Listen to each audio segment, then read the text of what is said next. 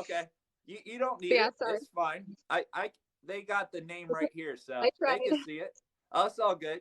So, yeah.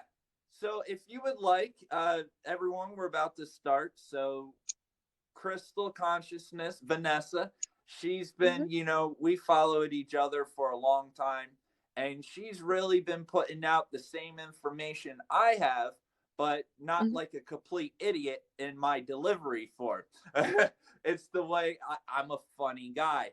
But nonetheless, the information has still been on point, and she's doing it from a more enlightened perspective.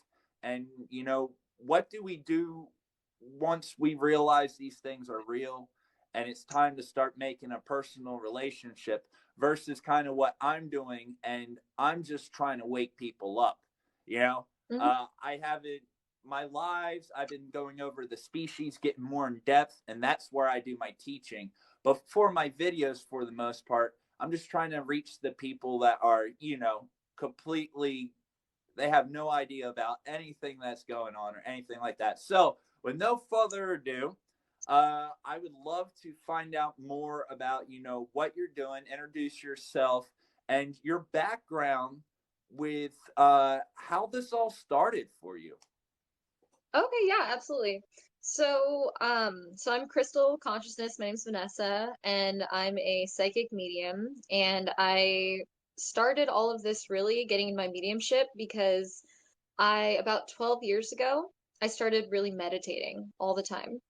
And I'd already always had like my guides talk to me a bit. And then I was like, after about a year of meditation, I was like, guys, I want to meet you. Introduce yourselves. And I was getting really frustrated. They weren't. So one day I sat down on my bed and I was like, I'm not getting up until you guys introduce yourselves to me. And so I meditated and I meditated and I meditated for like probably like 45 minutes.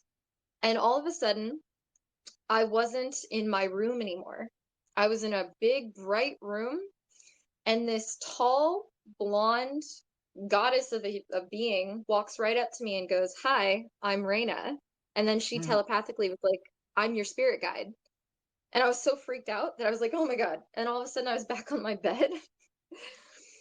But what I was like, "Oh my gosh, that's so crazy. Why would I imagine a spirit guide who's like tall with blonde hair down to here?" I was like, that was so funny to me.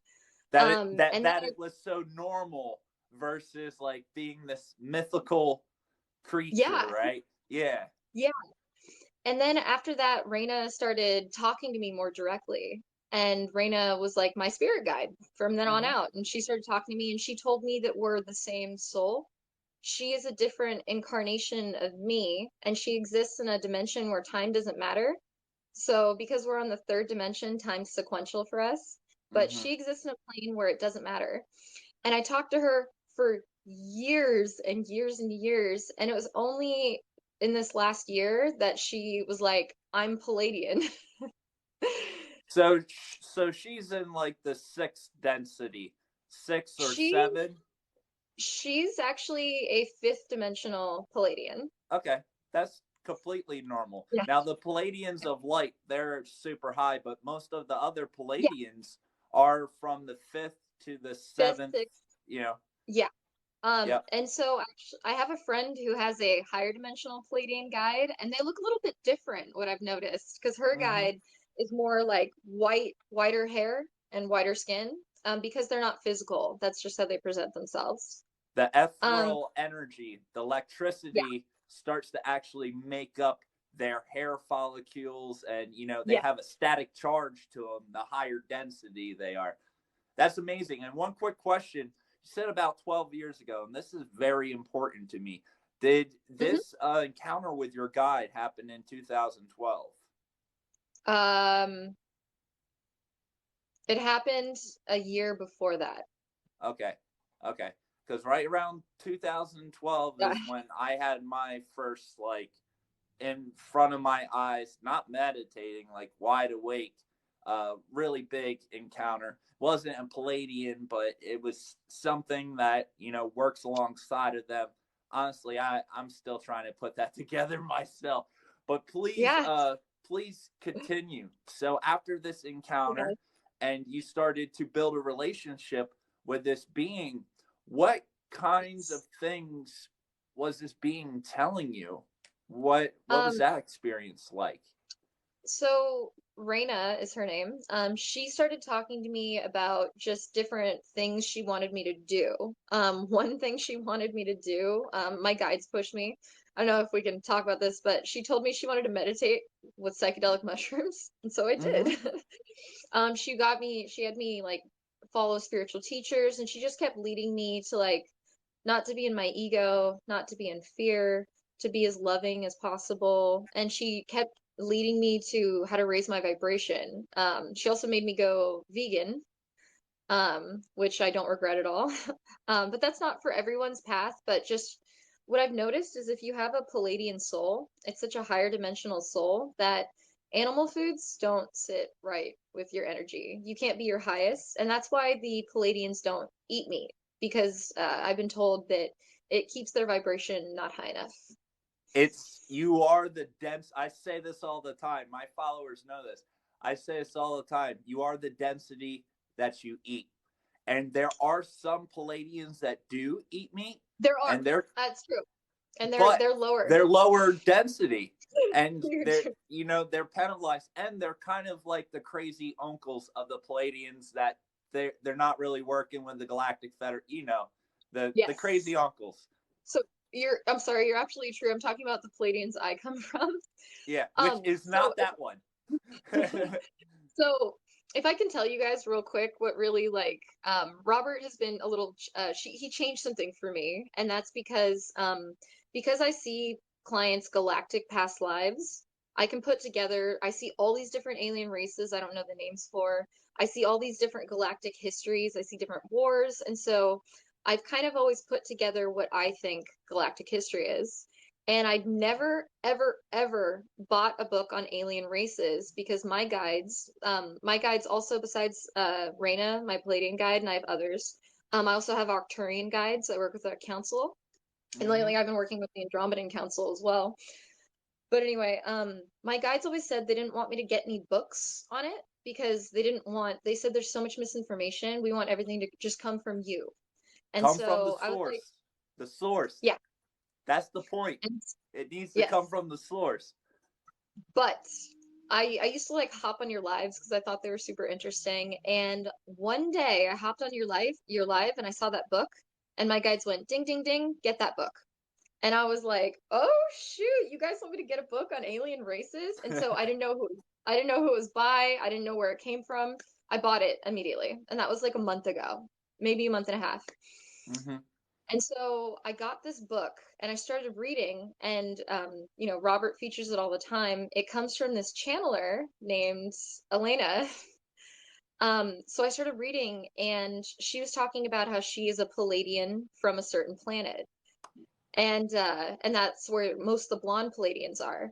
And what's funny is my guides had always told me, I actually have TikToks from months and months ago where I talk about how my guides told me I am from this planet called Era off Oh, Taygeta. that's it. That's the name. Yeah, the star system. Wow, that's cool. And she'd always told me about Era, and I've been like, yeah, yeah, we're from Era, whatever.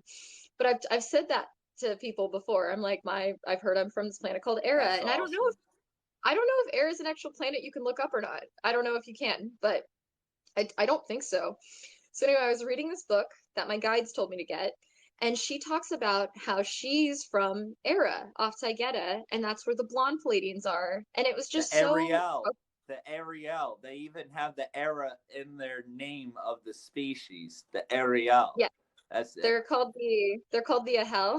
But it was just Uh-huh. so nice because it was just nice to get that confirmation because I don't think I'm crazy, but to see another channeler who I've never talked to or never spoken to say she's from the same planet, it's the blonde Palladians, because I've met my blonde Palladian guide. Mm-hmm. I was like, oh, it was all just so serendipitous, you know? And Absolutely. and then the best thing about this book though is I was flipping through it and I was seeing so many different weird types of alien races that I've seen personally. And I was like, this is amazing. So And I'm it really jots your thankful. memory. It Yeah. helps you remember. It's a remembering book. Like I'm sure with you too, when you're reading this, right? There's things that come to you that aren't on those pages. I know you go through that, all the time. and you don't even really need to read the book. You know, there's things embedded on our memories through this Yeah. source energy. And when you tap into this source energy, or in your case, work with a being that is a master of tapping into the source energy, and they're guiding you, hence why we call them guides. They're Hmm. guiding us to learn how to tap into this source energy to get this same collective information, you know, and Yeah. that's absolutely amazing that you know about that planet, because that's Hmm. not I've talked something about that's it. really talked about. And when people talk Yeah. about Palladians is like the term Lyrian. It's one big word to cover a lot of different So many species. different words. You know, Yeah. you have the Nor colonies, the AL, you have their colonies there, and then you also have the Tal.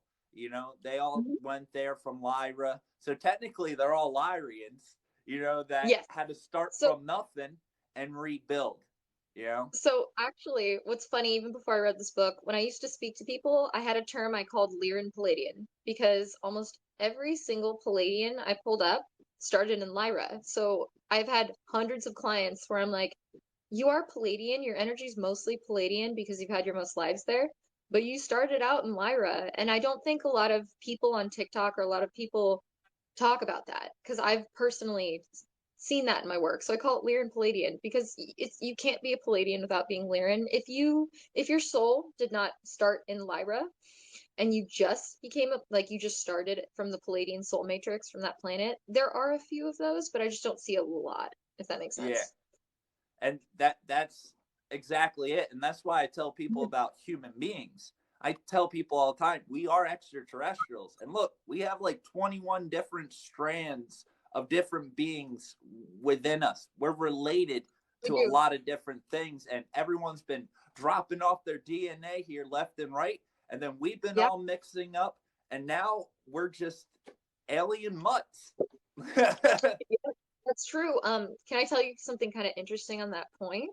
Hmm. So a lot of people are like, "Oh, I think I'm a Palladian starseed, but I'm not blonde and blue-eyed." And I was like, "You know what? I've noticed a lot of Palladian starseeds are blonde and blue-eyed, but I've met African American Palladian starseeds, all different types." So I asked my guides why that was, and the way the Palladians explained it to me is that when alien races came at different times for humanity, a lot of them added a lot of genetics to certain areas of the world. So many of them, most of the Palladians, they put a lot of genetics into Atlantis and Lemuria, the Nordic areas, and Native American place as well. The Mayans, Native Americans. So, um, to have a Palladian consciousness, because it's so high vibrational, you have to have a body that has higher than normal Palladian genetics, which is why most Palladian starseeds happen to have blonde hair and blue eyes or be native. Hmm. And I thought that was really interesting. And another thing too, now the Tali, which are also in Pleiades, they're more Middle Eastern, darker skin. You know, the Tali are a little bit darker, where the Al and the Nor are lighter. Now, the Yes. one Lyrian colony that didn't go to Pleiades with the rest of them was the Lani. And the Hmm. Lani, which are the Lyrians, the kitty cat friends, the Yeah. extraterrestrials with, you know, the explain forever, the Thundercats, basically. You know, the Lani, Perfect.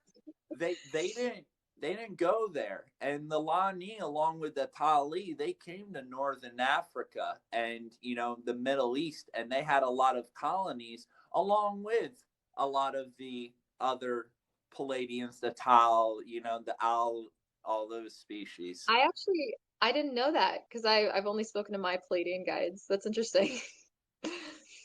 I've only And asked the them. the Lani, the line ones, they're brown to light brown skin. That is, Hmm. there are a bunch of black extraterrestrials, but unfortunately, Hollywood makes everything all white. And you know, I always tell my followers, 'cause I have a lot of followers that are of ethnic colors, And they're like, why are all these? I'm like, they're not. And there's blues, there's Not. pinks, there's clear ones, you know? That's amazing. Yeah. So if I can talk about my other guides that I've been speaking to, the Yeah. next guides that I really met were my Octurian guides. And they're very different than my Palladian guides. How I Mm-hmm. describe them, they kind of remind me of like Spock from Star Trek. They're a little more serious and they're a little bit, Palladians are so emotional. They're very like feeling, they're very like talking to you about like high vibes and love and things like that. And Arcturians are a little bit more like, this is what you need to do to raise your vibration. And you need They're to be they're something they more often speak. scientific, almost in a way that a Yes. gray extraterrestrial would be, you know? And it's funny, I was checking in with my guides before this to be like, is there anything you want me to talk about? And my Arcturian guides wanted me to share that Robert has Arcturian guides too. Oh, definitely. That's a part of uh, my experience back in 2012. I Oh, believe, really? you know, well, the higher density ones, when they come around, they're just energy. And what Hmm. I saw was an energy being of a light source that don't exist. I've watched NASA rockets. This kind of light source don't exist. I don't want to get too much into it, but you know, my Uh-huh. mom always called them the blues. Just like you. One thing you said earlier, you said and I'm the same way. I never really did a lot. I talk to people and listen to people's experience, but I've never owned an alien book or anything like that. And the Wow. reason, you know, that connection of, you know, just being connected with these things, you know, I knew the Kili Tokort, I knew them, the tall whites, as the tall whites, because that's what my mom called them. You know, the Hmm. Nordics, Palladians, and all the, there's a lot of other blonde species as well. But, you know, There she are. just would call them Nordics, you know, because she wasn't, you know, talking to people about these things because it was a time period and a lot of people are still going through this where they don't want people to think they're crazy. She was a single mom worried about taking care of her child.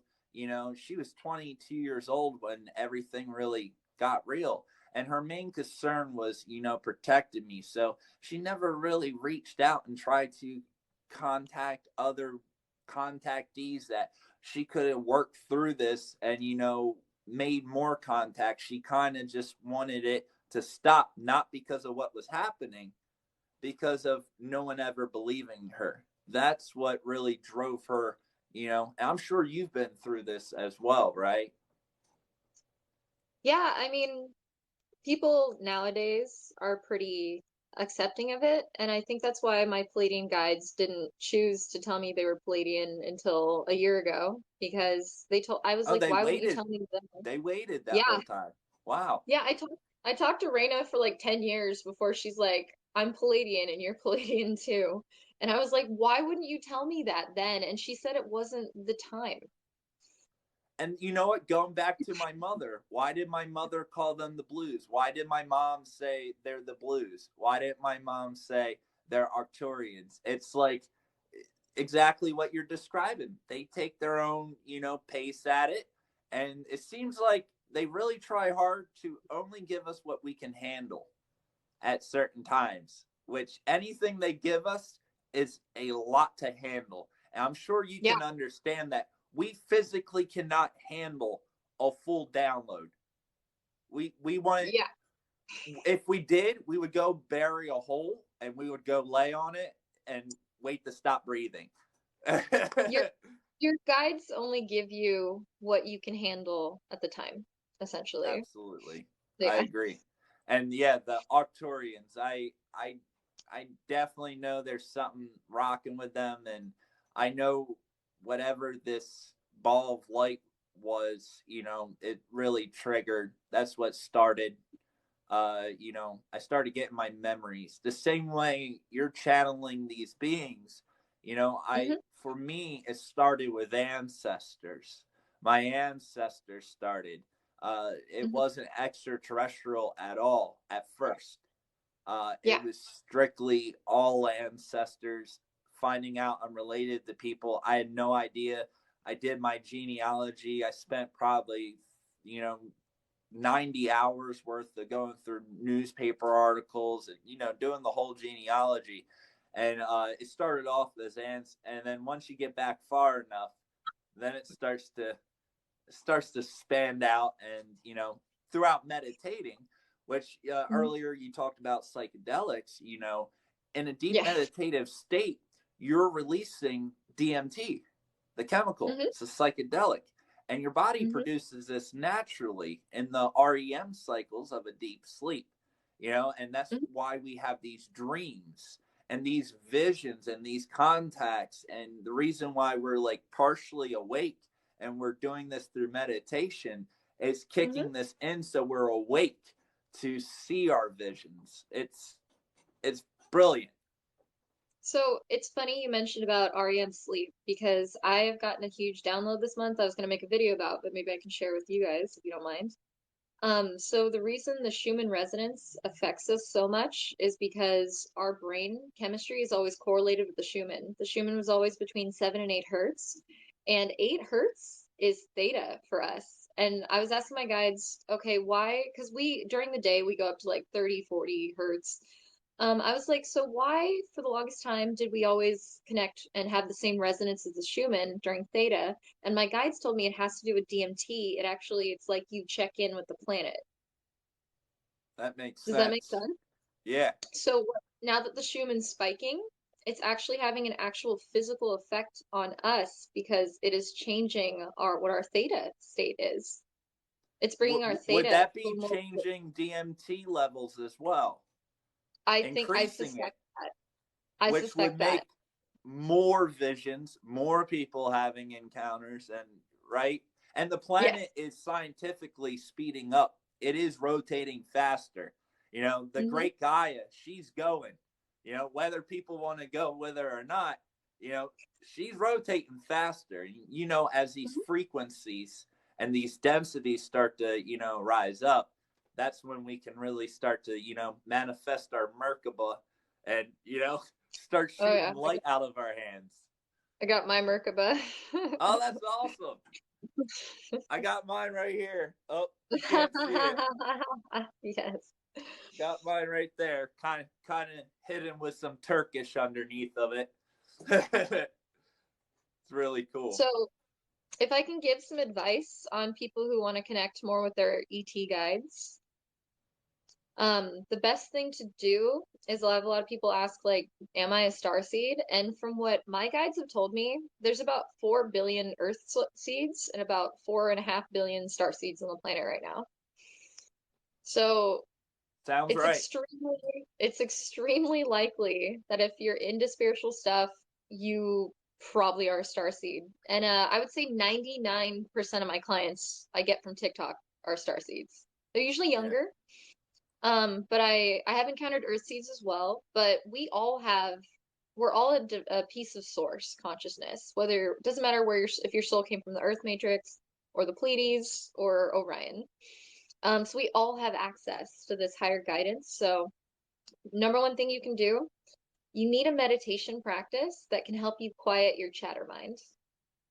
So anything you can do that makes you feel blank, that's when your guides can come in and talk to you. So I'd suggest meditating.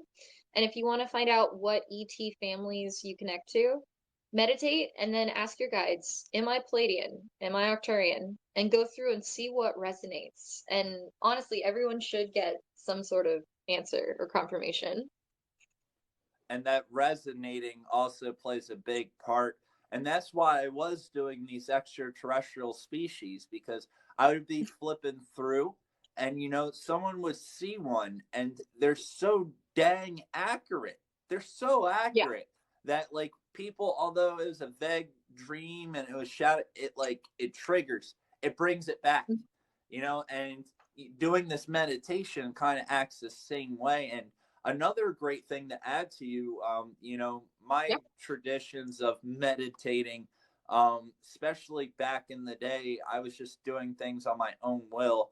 I was really, really big. Some of my most powerful is just going outside, looking at the stars, and believe it or not, walking around in circles. I have a hyperactive mind. And when I was in the Middle East, I learned about Sufism, which Sufi Islam is a branch of Islam. And I was living there and I studied it. And they're, you know, they wear these gowns, these white robes. And when they worship, they spin around in circles to go with Wow. frequencies. And they worship by dancing. It's not like the Islam that we hear about on TV and all that nonsense.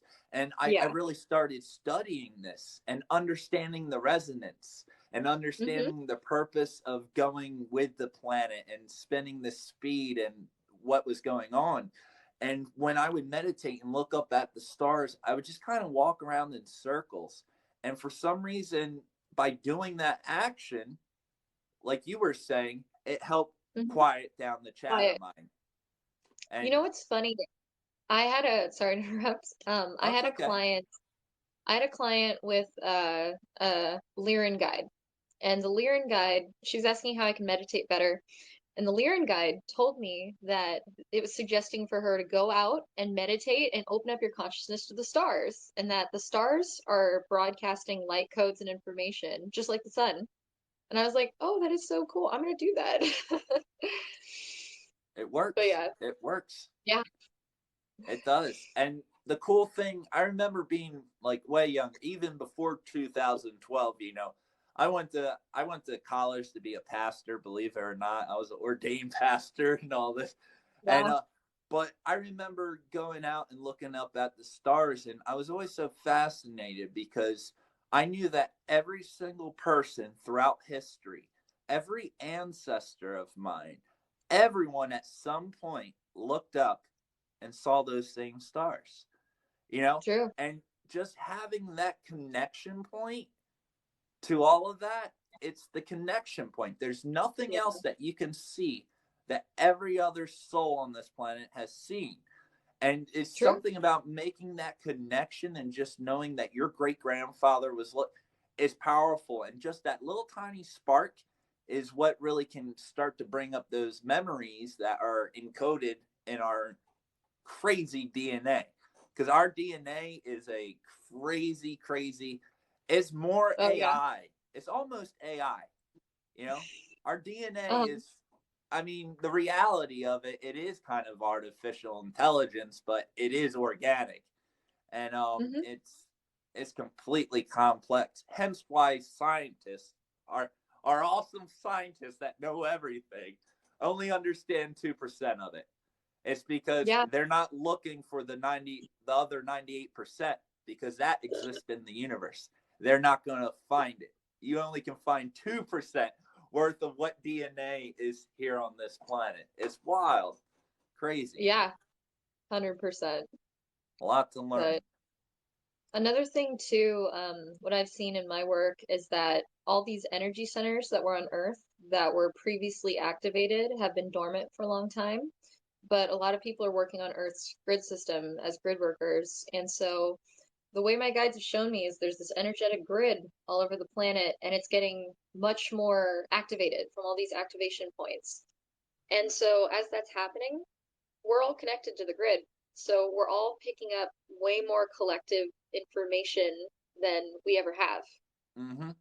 And many which is different quite beings cool. are helping with this. You know, you have Hmm. Arcturians, Palladians, you have a lot of people, gray extraterrestrials, if you want to call them, part of the Council of Five, the Eggaroth. Yep. They're the ones. Council of Five. They do whatever they want, even if they're interfering. They're going to raise the crystal grids and get the frequencies right. You have the Hmm. Lang, which are like fairies. They're running around down here doing the same thing, and every other the Tolosi and Antarctica and underground trying to Hmm. raise the vibrations next to the awful ones that they're dealing with, you know, playing in the same playground. There's a lot of different angles of different beings that are manipulating this frequency. And as you said, I tell a lot Hmm. of my followers a long time ago, the planet Earth was at a higher density. It was way, way higher.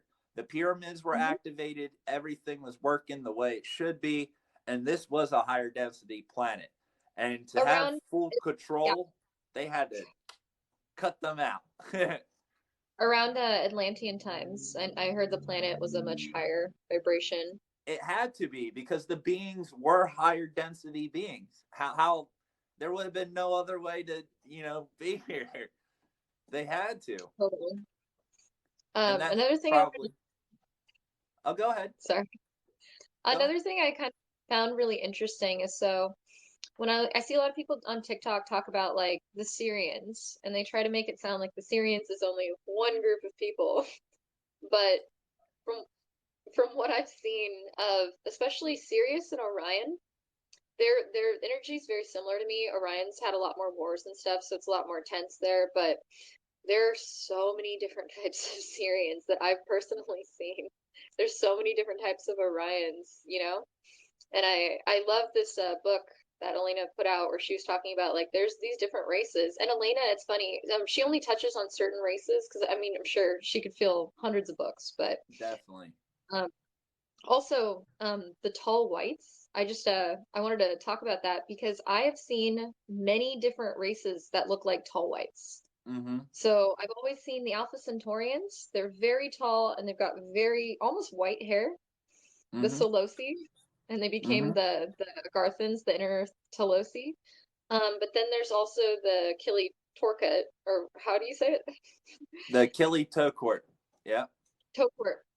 Yep. And they are shapeshifters. They're gray and reptilian, and then they also can shapeshift into a more human-looking form that's tall and white, but it has darker eyes. And Mm-hmm. then let's see, I've also seen white races I've seen white races in Sirius that look very similar as well. The Anunnaki, you know, Yeah, the Anunnaki, they're tall, 8 foot, and white powder white. If someone saw an Anunnaki without knowing about Anunnaki, they would think tall I white. I think the Anunnaki originated around Sirius. Absolutely. You want to hear the origin story? Here we go. So there was a They're great war in between. Oh, they I'm sorry. Go. sorry, I just want to say so the Anunnaki have Lyran genetics and in it mixed in with them. So they They have have a lot. Syrian genetics and then they have reptilian genetics from what I've seen. Yeah, exactly. The origin story. There was a great war between the Sirius B, the dog stars, and Orion. And Hmm. the king of Sirius B at the time and the queen of the Orion, they came together as a peace treaty and they created the Anunnaki. The Yep. Anunnaki was to bring all of them together. And the Anunnaki are reptilians, but they have other genetics mixed in as well. And a part of that is because by their creation, they are a physical peace treaty. You know, it's kind of why, and that's why they justify mixing beings up because Hmm. they were mixed up to bring peace. So what's wrong with them creating other hybrid creatures and stuff? And like for me, I'm all about mixing genetics and making, creatures. I have no quarrel with it. I love it. I love like genetics, and I think it's important to help beings to keep evolving. Otherwise we become like the grays, don't we? You know? Yeah. But yeah, no, that's yeah, I think that's what I kind of gathered as well from my guides. So that's very good confirmation. Yeah, and also, the Anunnaki, they worked with a lot of other beings as well with their time on Mhm. Earth. And a lot of what we have of stone release, they're not all like technically Anunnaki. There's so many different layers, and very much like Galactic Federation of Worlds. It's important for people to understand there are beings that are in the Galactic Federation of Worlds that you still probably don't want to go around. You know, Yeah. uh, it's Galactic Federation Worlds is just a common mutual thing, and sometimes they pull in really questionable characters in order for the greater good of the universe, and in Mhm. hopes that by working with them they can change their ways. But Mhm. there's so many different layers to all the councils, federations, alliances, and I mean the Anunnaki is an example of a being that was created out of politics. long story Yes. short. You know, it's wild. Yeah. And what's funny is what I've noticed in my work, because I pull up so many different people with different pasts and different spirit guides, is I don't think a lot of people think this is a popular opinion, but there are good and bad Anunnaki. There are good and bad reptilians. There are good and bad Greys. There are good and bad Palladians, guys. Everything except the Matri, they're all bad. Yeah, That's my little drift. No, they're seriously they're just old miserable grays. That's it. But yeah, I tell my followers all the time, and I've went over so many positive reptilian species, you know, and there hmm are humanoids that even human beings, we have the reptilian part of the brain. It's one of our oldest parts of the brain, our fight or flight reflex, which my good friend hmm Rich Flood over here, he does a lot of breathing technique and breath work and stuff like that. That stuff is to control that part of the brain. It controls your totally. fight or flight to keep you calm. And I think hmm at the end of the day, any human being has the capability to use that part of their brain too much. And this is, this is a part of the density trap, and Yeah, parts of, raising our, frequencies, watching what we consume. We are the density of what we eat, these kind of things. totally. Another thing too, so I've understood from my guides why I had to go vegan because what you put in your body matters, but if you can hold a consciousness, you can assimilate any bad thing. You could have a drink occasionally, you could eat meat occasionally if you can learn to raise your vibration with your mind as well. So there's a factor putting high vibe things in your body is great, but it can be a balance if Is you balancing act. That's exactly what it is. Everything balancing act. another another thing my guides have really stressed to me is that if you say you want to have a drink occasionally, if you take that drink with intention that it's not going to affect me badly, I'm going to have a nice night with my friends, it's going to be different than if you're just I'm trying to get fucked up. You know what I mean? Yeah, yeah, And that exactly. everyone should know that you do have certain power over your body. I know a lot of people are getting a certain thing right now that they're worried about physically, you know. We'll call it the Hmm. V. Hmm. And I think it comes from not the best place, but if you do get it, you should try and transmute the negative effects, if Yes. that makes sense. If you choose Use to. your 'Cause some people, energy to yes. manipulate it. Yes. So I'm not an advocate for it, but if you choose to get it for your own reasons, my guides have expressed to me that we have the power to transmute any negative thing we put in our body. So I just want to keep people hopeful, if that Yeah. makes sense. For the people that have, like I'm the Yes. same way. I've had close friends that unfortunately they work in the medical field, and Yeah. unfortunately the one is pregnant, and she just found out she was pregnant and had it done, and and it's all fun and games until it's someone that has had, and then you're like, oh, but there are definitely ways where you can bypass that. Our DNA and our mind, it reacts as one single entity, and by putting Mhm. out that positive energy, metaphorically and physically, you can definitely disrupt and alter the process of that. But Yeah. nanotechnology is a doozy to fight off. Let me tell I you. I agree, and I'm not in any hurry to get it Yeah, myself. yeah, But yeah. well, so I told my guides I wasn't getting it, and then they told me in about a year I have to. And I was like, "Ah, dang it, what can I do?"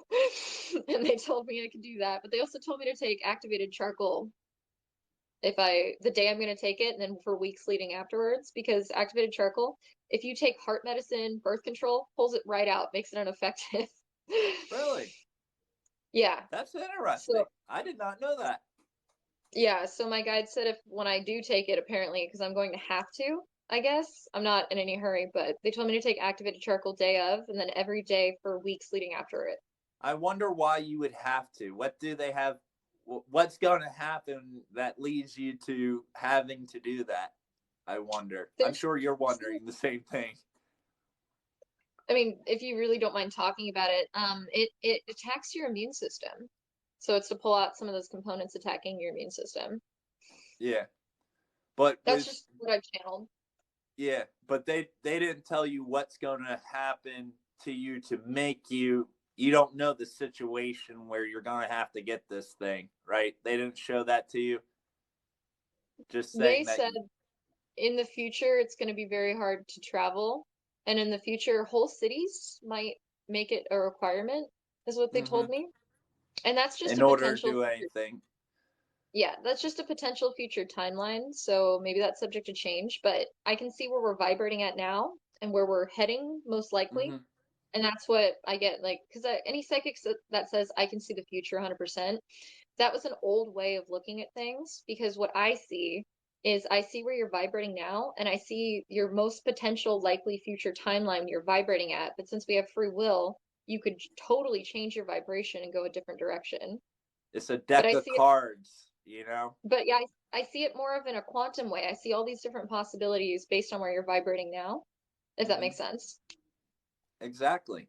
And there's the true future is a lot of different, possibilities. It's endless depending Mm-hmm. on, the situations. But at the same time, you can see certain routes, certain roads, certain leadways, where that goes down that path and that will eventually become that. And if you go down this path, Yeah. this will eventually become that.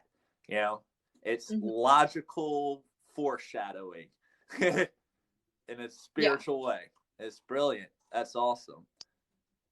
So hopefully Um, we can raise the vibration so we don't have to deal with all that, right?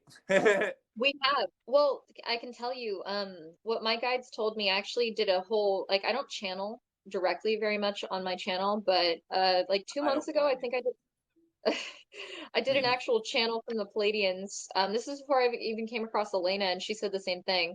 I did an actual channel where the Palladians channeled and said that we've currently kind of gone to a point of no return with raising the vibration. So the really negative outcomes, the whole reason everyone was called to come to Earth to prevent this catastrophe, we have shifted out of that timeline. So now we're heading towards a much more positive timeline.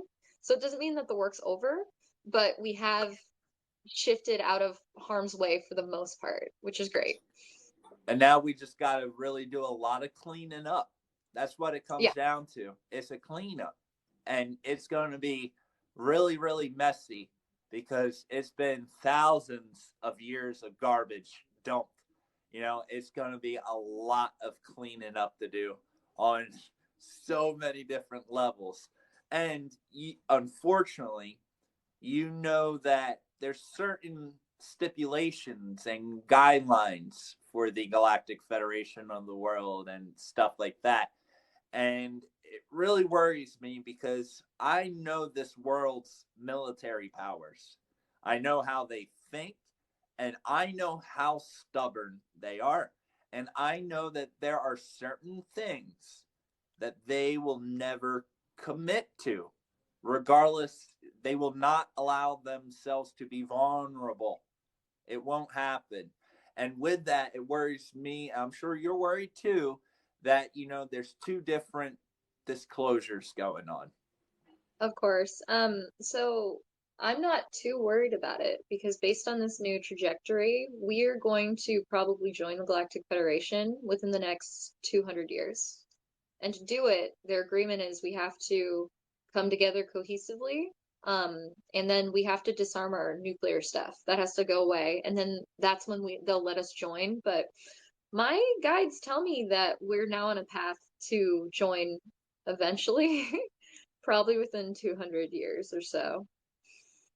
Hopefully, if there's a big enough sway, and I'm hoping that maybe I can play a big part on it. Yeah. I'm hoping with some of the beings that are going to be doing what they're going to be doing here soon, I hope that it will kind of trigger that speed to a point where like there's only two options, and there are Yeah. beings that are going against the Galactic Federation of Worlds, in order to, you know, kind of trigger these things. Although they're a part of it, they're going against the, you know, don't interfere. There are beings that are trying to find out how to trigger this, the, you know, jump. But you know, it's a balancing act, no different than anything else, you know. But yeah, and I have all the faith in the world that, well, this is kind of funny. So for the longest time, it was hard to get starseeds to come to Earth because Earth was pretty low vibe. And so when there was this call out to the universe, the Andromedan Council predicted that Earth was heading towards such a negative timeline and it was having such a strong reptilian hold that if it continued, they would just take over the galaxy. And the Galactic Federation was actually a little worried that it was going to come and have to destroy Earth. And that's what Like a a lot of plague of low density frequencies that just makes everything 3D. It's a nightmare yes, to any being that's a higher density. yes, but so they called to because the Galactic Federation can't come in and overcome what a planet wants to do. We have free will.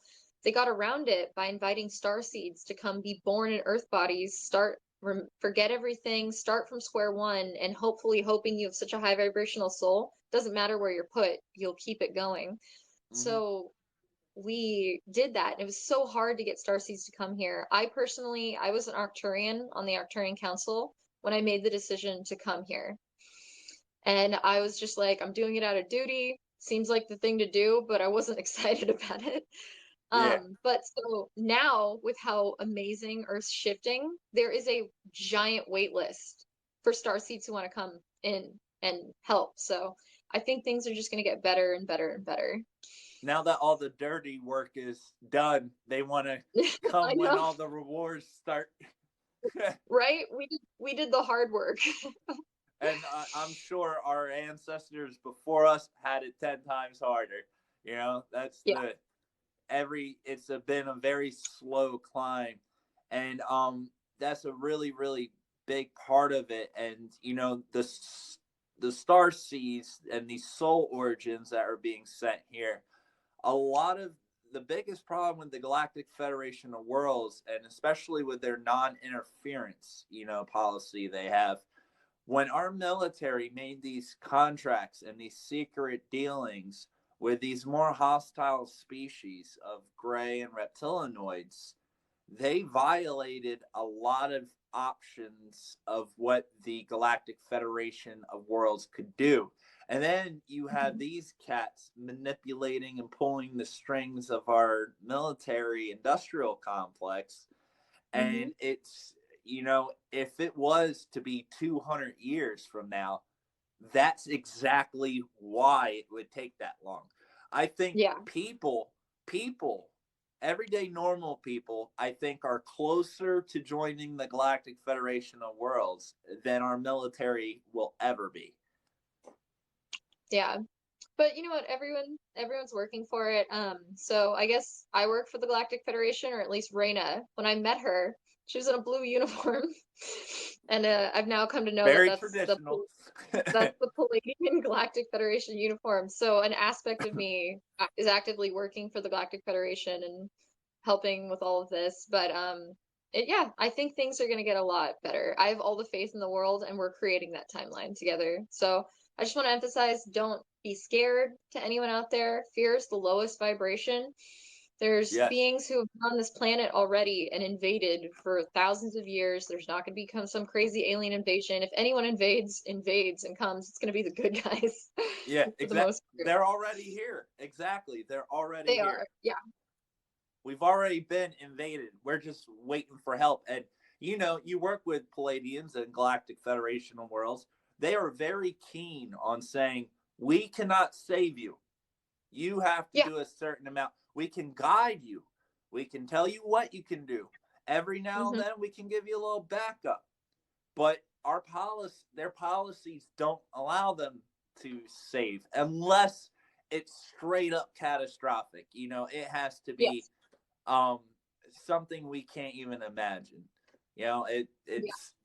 it's like you got their policies is what keeps everything good, but at the same time, and that's why there are good beings that aren't a part of the Galactic Federation of Worlds, because luckily, they're able to sometimes go around some of those rules. Not saying it's right by any means, but sometimes they stop really bad things from happening where, the Mhm. Galactic Federation, because they respect their own rules so much, they would withhold. It's a balance. Everything's a balancing act. Everything. I do see where the Galactic Federation's coming from though, because the Mm-hmm. biggest thing in this universe is we have our own autonomy. We have our own free will. And so if they were to just swoop in, storm the White House and be like, all right, the Galactic Federation's taking over now, It would it be wouldn't do us awful. good because we need to make the decision to come together. Mm-hmm. So, Take the first step and they'll be there to hold your hand, but regardless, we still need to take that first step. And step number ourselves. one, love each other. That's Yeah. it. That's it. Because that's a higher frequency. Love is higher than fear and hate. Like you were saying, these beings, they actually can consume off of that energy. That's why they Hmm. prefer to keep us in this lower density. It makes things Hmm. easy because Hmm. we can't manifest big balls of lights and fly around this stuff. It's hard to astral project and these other things, although some people can. The reason Hmm. why we're not all speaking telepathically is because of these vibrations. And even going to music, when you were talking about frequencies, the 432, the Earth's natural hum, and versus all the music we hear on the radio, tuned at 440, higher Hmm. frequency. And you were mentioning earlier, we got to bring those frequencies down and more natural. Yet all the media, music, movies, the sounds they're making are at a higher thing in order to stick in your head and have you repeat it over and over. That's why songs get stuck in people's heads. It's magic. It's magic.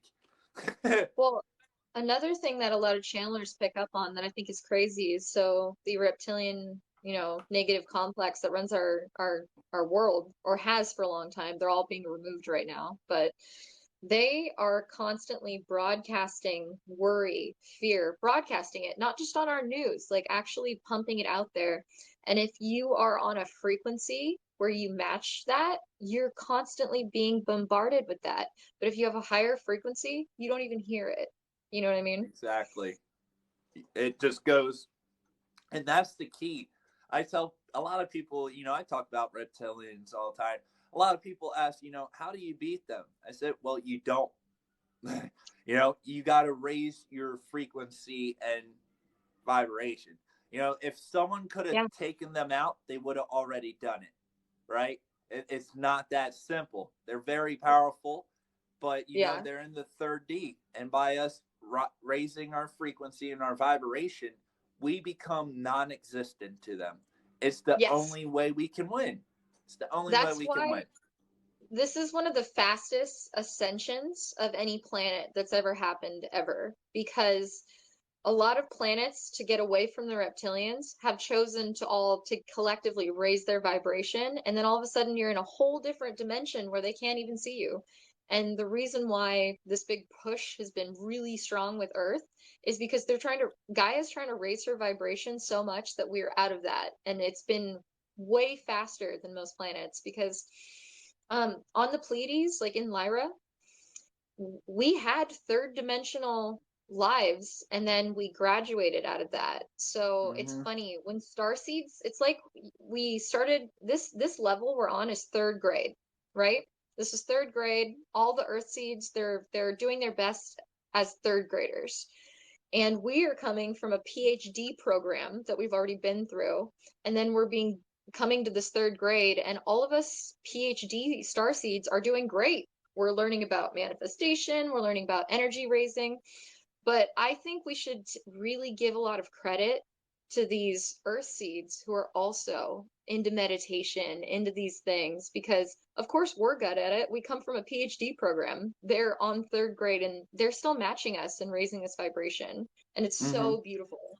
But that's another thing I want to talk about is there's a lot of superiority in the starseed community saying we're better, we're supposed to be the leaders, and we're not better. We are all pieces of source. We are all the same. And the We're the Um, idiots for coming here. yeah, we're not the smartest. yeah. But if you're an Earth originating soul and you're still going through this ascension, raising vibration with us, you guys are the heroes, honestly. And old souls are slow learners. You know, Yeah. it makes it a lot harder to learn things when you've known something for so long. And that's something like a lot, like I said, when I first had my experience with that being, it was a lot of my ancestry.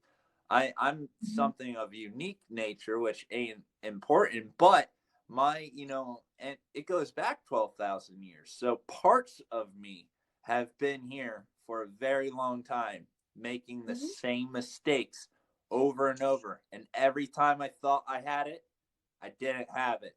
I didn't learn. Mhm.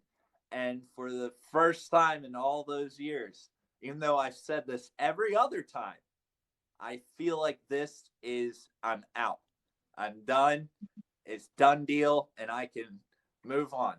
At least that's what I tell myself to help me get through it, because I'm tired of doing it over and over and over. It's the great snake eating its own tail, Mhm. over and over. It's just a different timeline, that's it. Yeah, and it's crazy how we keep jumping timelines so greatly. There's like things like the Mandela effect. Yeah. Like, so I assume me and you are in our 30s. Yeah, 33. Oh, I'm 32. Oh, right on. So we remember things differently when we were kids than they are now because we've jumped so many timelines that Hmm. little things change, little things shift, and I think that's actually a great sign that we've changed, especially since like 2012. Exactly.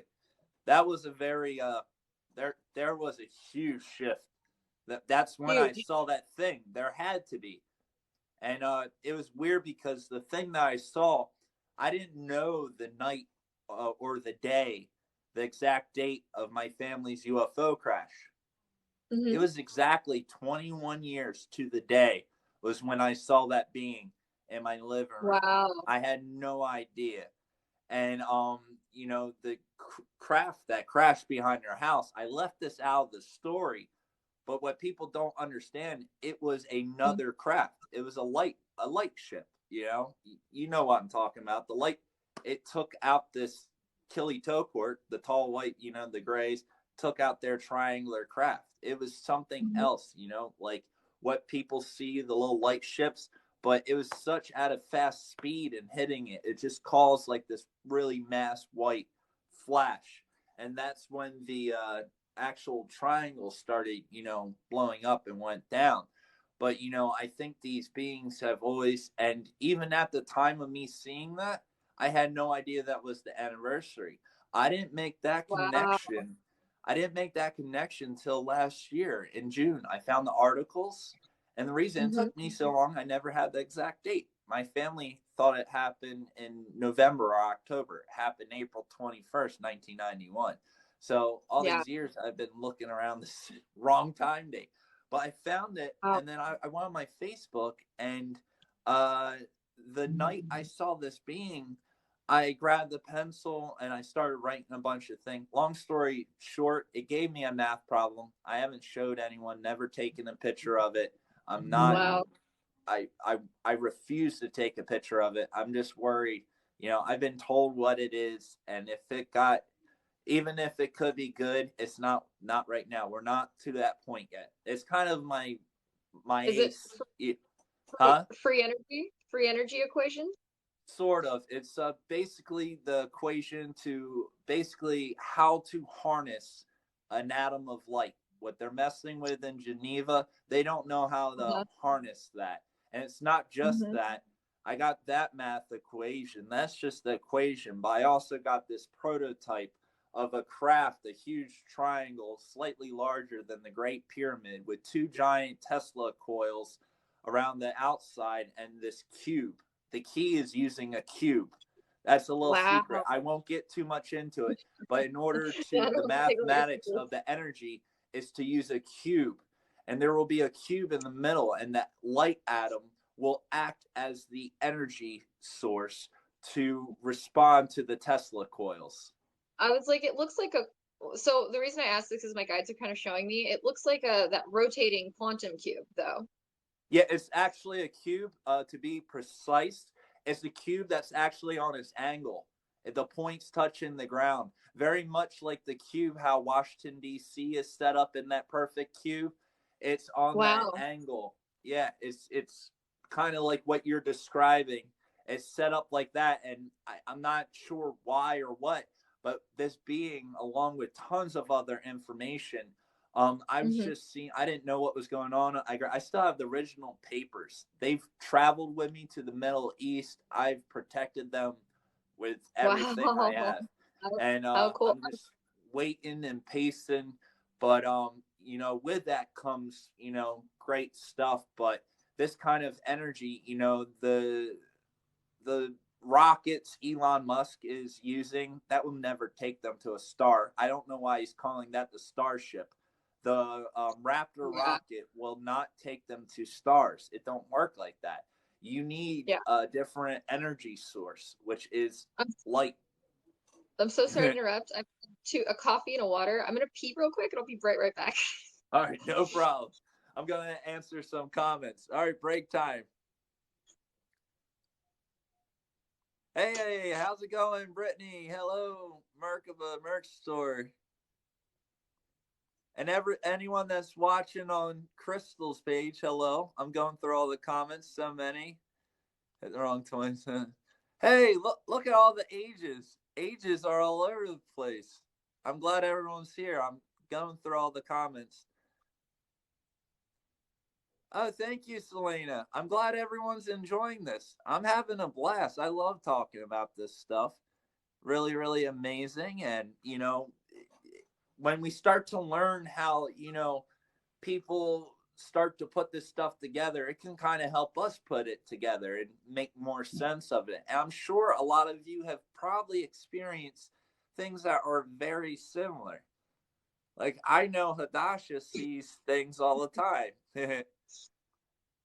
All right, sorry Oh about that. I man, was gonna so pee. many comments. Woo woo! Oh, I know. I've got a bunch. A Thank lot you of guys for all people, the support. You're all so sweet.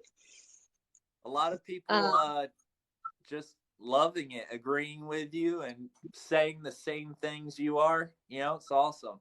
I wish you could see them all.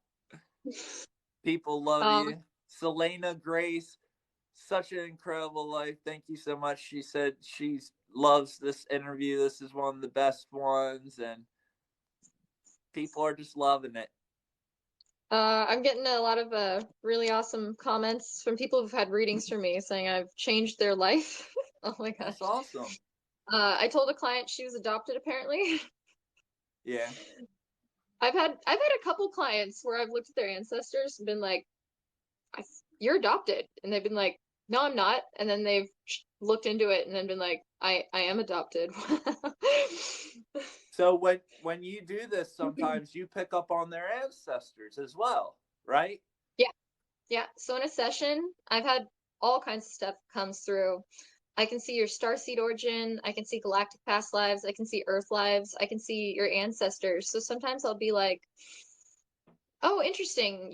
And I don't know what my clients look like because they just book through my website. So I'll be like, "Oh, wow. So you're black and white and Hispanic." And they'll be like, "Oh, yeah, I'm from Puerto Rico." And I'm like, "Oh, wow."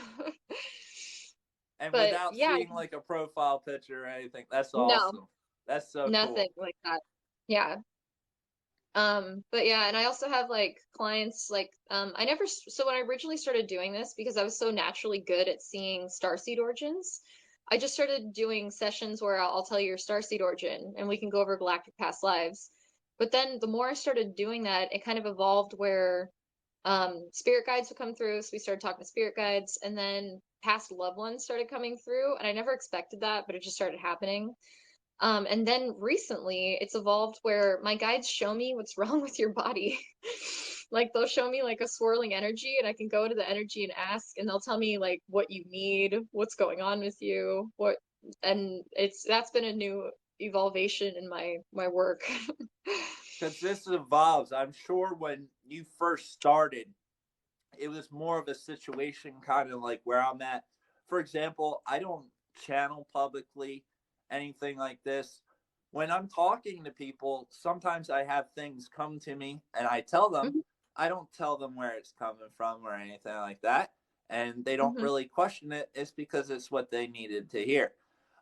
Yeah. But I leave it at that. But I'm still at that point where these things kind of come random, where you have been able to this, craft it, and Hmm. really be able to center it to the point where you're going to the energy and you're looking through the energy versus just like the little detail of, oh, your mother misses you. She says hi because you're picking up on that energy. No, you're going to like deeper parts of that, and you're you're not just looking at what's on the surface. Because a lot of us, where we're still new at this stuff comes at complete random times when we least Yeah. expect it, and when we don't even understand why it's coming. So, what is your trick?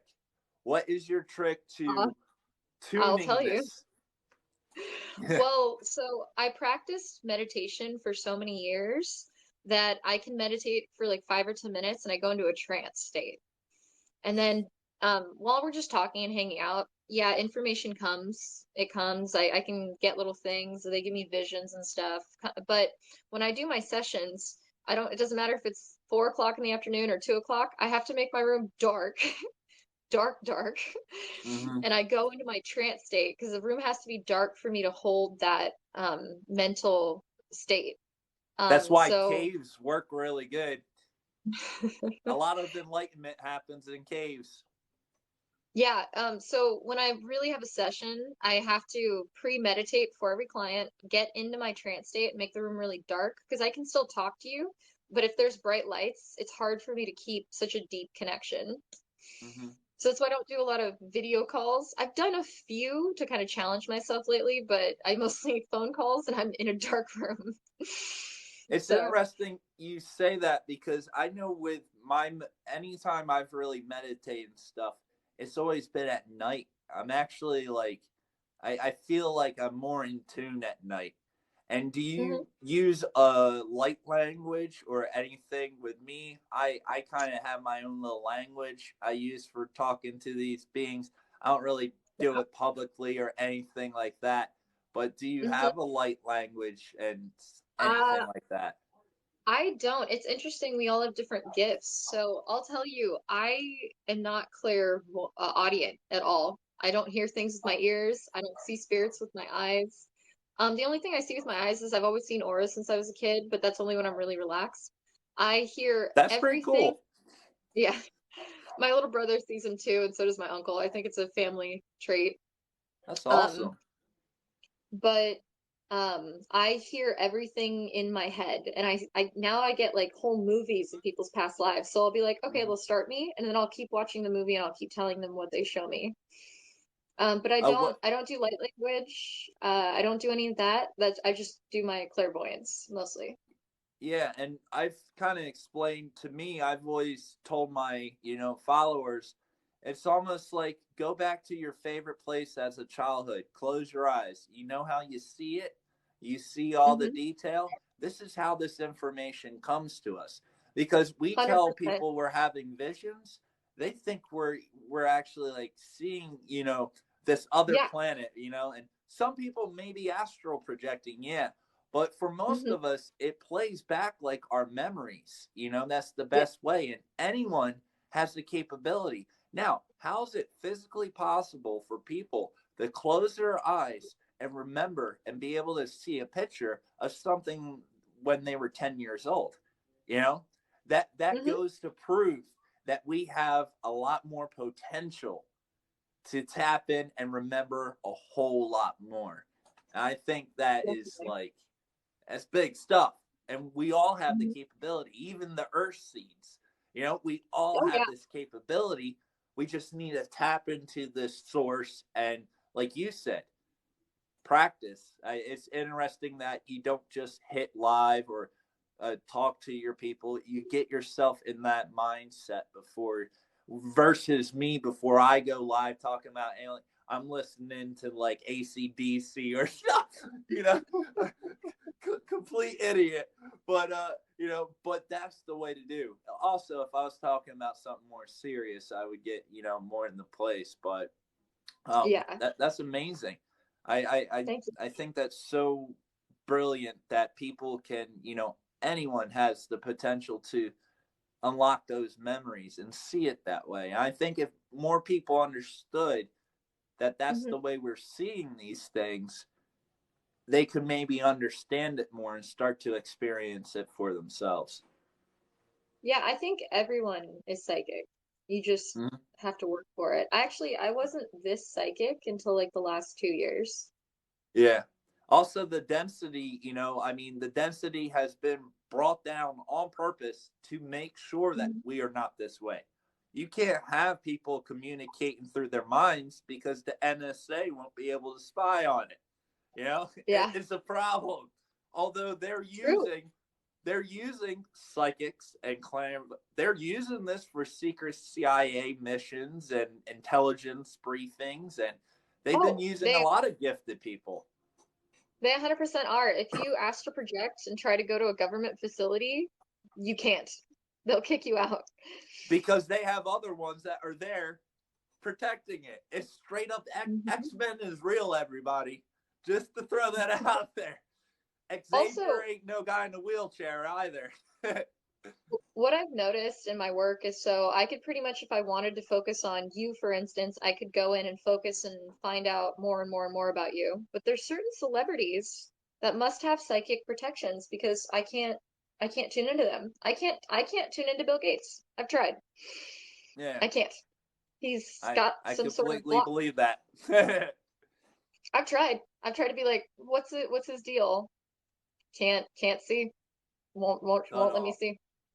Which I've Says had I in the past. I back when I was younger, I went to a few, you know, psychics and things like that, and I certain people and things have kind of figured me out.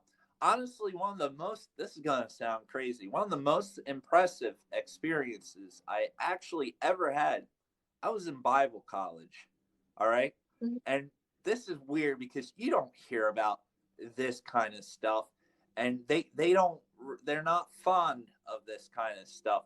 But when I was in Bible college, this guy that they were calling a prophet, you know, he's able to, you know, see basically the same things that everyone else is doing these days.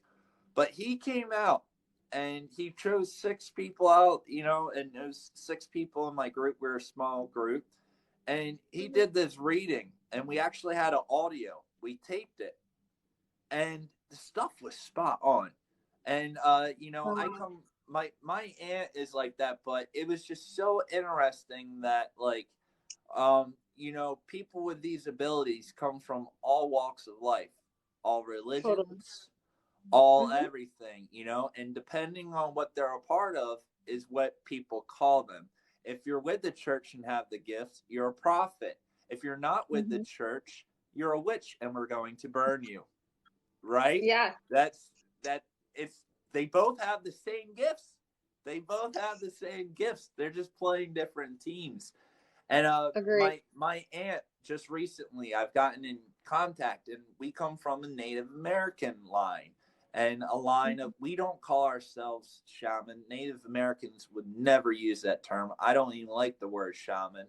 Especially after everything capital I don't like that word, but I do come from a certain line. My great great grandfather was the chief of the Abenaki or the Abenaki tribe, and my grandmother, I remember the first time I met her, because I didn't know my dad or anything like that. But the first time I met my grandmother when I was 9 years old, I walked into the door and she was sitting in her chair and she said, "I've been waiting for you." And she had tarot cards, and she flipped them.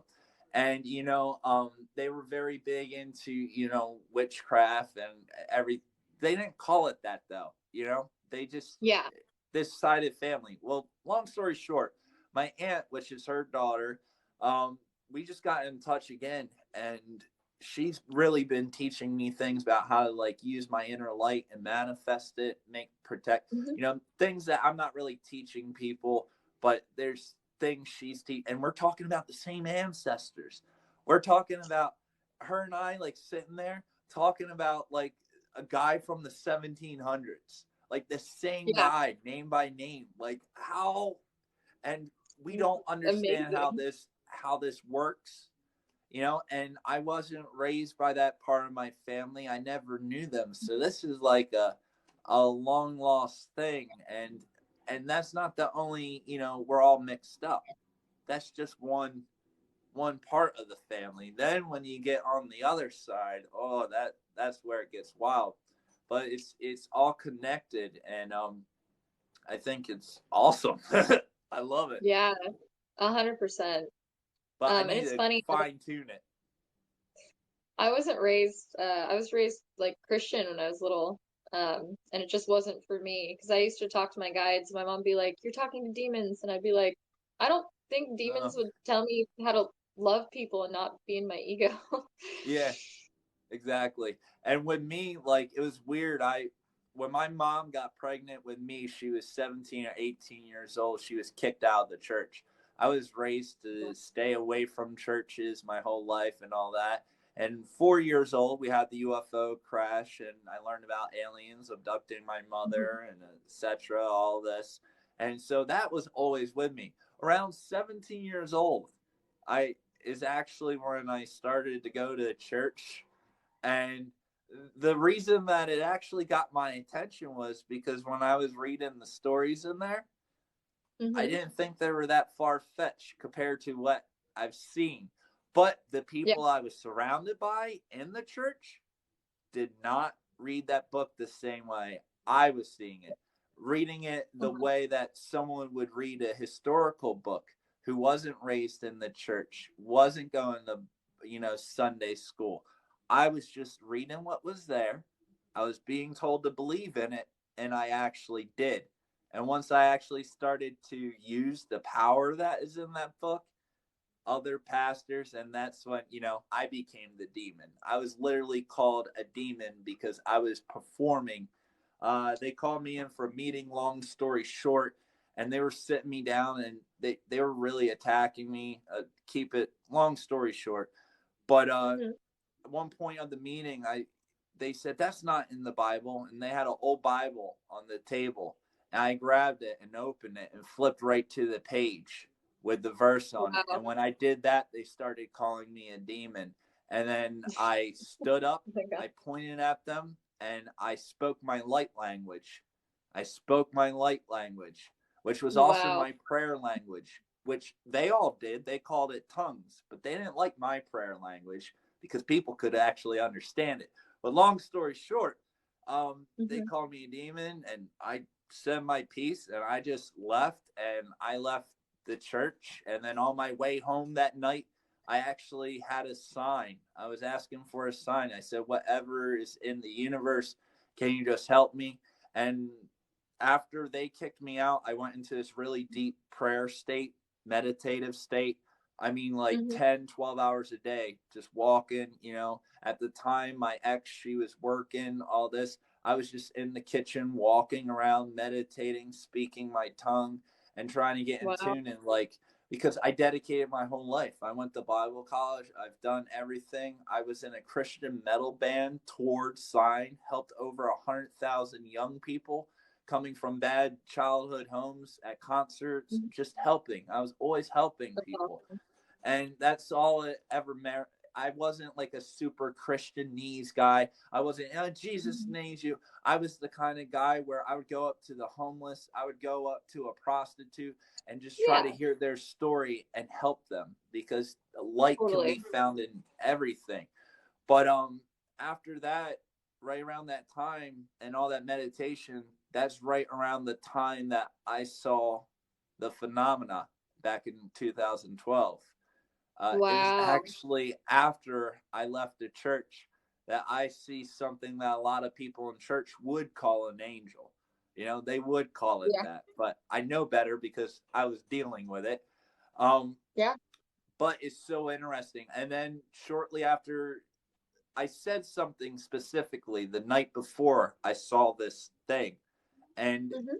I meditated constantly. I think this is important, and I've always kind of had the same meditation, but this one night I said something completely different. And I was just frustrated. I just had my church kick me out. I'm like, well, now what Mm-hmm. do I do? And I just looked up at the stars and I said, whatever is up there, I don't care who you are, where you're from.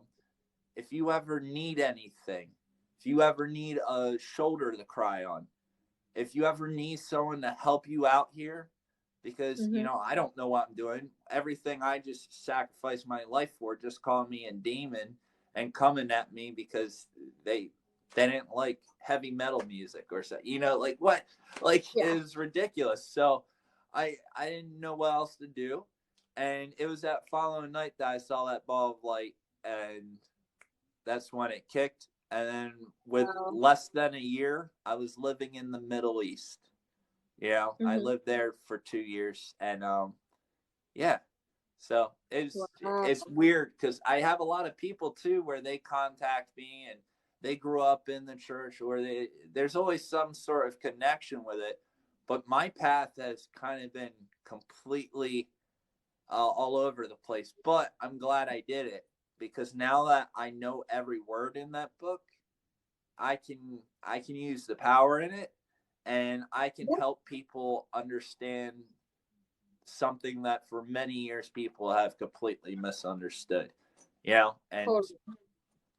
disclosure, and just moving on. It's it's funny though, that if you want to invite, your higher guides, you have to invite them. Sometimes some of them will come knocking at you, but if you want to speak to them, it's free will. You have to be open to it. If I could I tell you a little story? Yeah. So I have a lot of Palladians in my direct life. My soul family, we all kind of came for this mission together. And I have a friend, Mm-hmm. her name's Terry. And Terry is very into like yoga and Vedic stuff, but she didn't really believe in Palladians, right? And my guides told me that Terry's from my Palladian soul family, and they were bothering me. They're like, you have to tell Terry she's Palladian. And I didn't want to, because I was like, she doesn't believe in that. She thinks I'm super weird. So one night I get up the courage, I tell her she's Palladian, and she's like, you're not the first person to tell me that. And I was like, oh, but she's like, I don't believe it. I don't want to talk about it. Don't talk to me about that kind of stuff. And I was like, all right, for sure. And then she was a little weird around me for a while because she's like, I'm not into that stuff. I think it's weird. So we didn't hang out for a bit. And she meditates all the time. Last month, while she was meditating, she met her Palladian guide. That's awesome.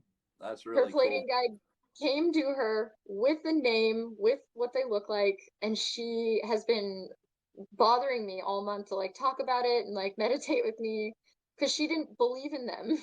Mm-hmm. And the only reason she was able to meet her guide is because I had planted that seed. My guides told me I had to tell her she's Palladian, and now she talks to her Palladian guides named Alina, and they talk like every day now. So I It's just thought that that was funny. small little spark, that small, how something so little can really grow into something much more. And Yeah, sometimes it just takes a little bit of um, faith or self belief. A lot of people aren't totally, capable of doing things because they don't believe they can do them. And totally, sometimes just looking in and saying, realizing any little tiny connection can be life altering to someone. It really can. totally. I'm sure the same thing has kind of happened to us. I'm sure all the people watching, if they're watching us, I'm sure they've had something happen. Yeah, and No. I love the work you're doing with that book to educate people. I feel like you reach so many people, and that's wonderful because more people need to normalize, especially like things your mom went through. A lot of Yeah. people kind of suffer in silence, and it's so Mm-hmm. nice to be able to make people feel like they're not crazy, that, there's a community out here that understands what you're going through, you know? And that's at the end of the day, although I'm kind of a comedian, on Yeah. this count, I did share I started off with my documentary. I've always Mhm. been about for real disclosure, but people weren't recepting it. I try to start off with the real hard stuff, and the real serious, and it wasn't reaching. And I finally came to a point where, and earlier you said conquering ego. Ego is Mhm. so hard to conquer. And I said, Yeah. what's more important?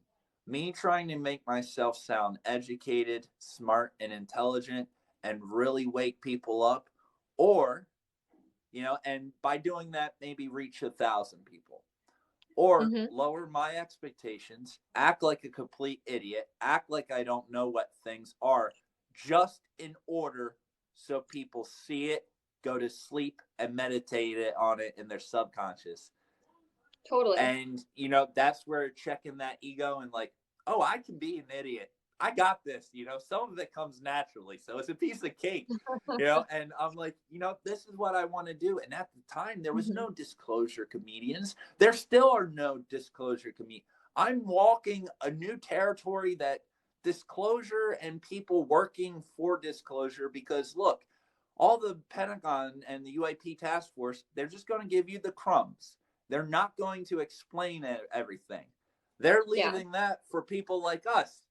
So, like, we are completely in a new, this is kind of like the gold rush for people Mhm. like us right now. And it's like, and there's so many other people with experiences.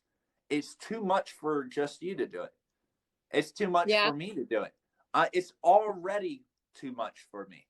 And I'm sure you're getting there too. And as you keep growing, you have more clients, it's going to drain your battery. Oh, It's exhausting.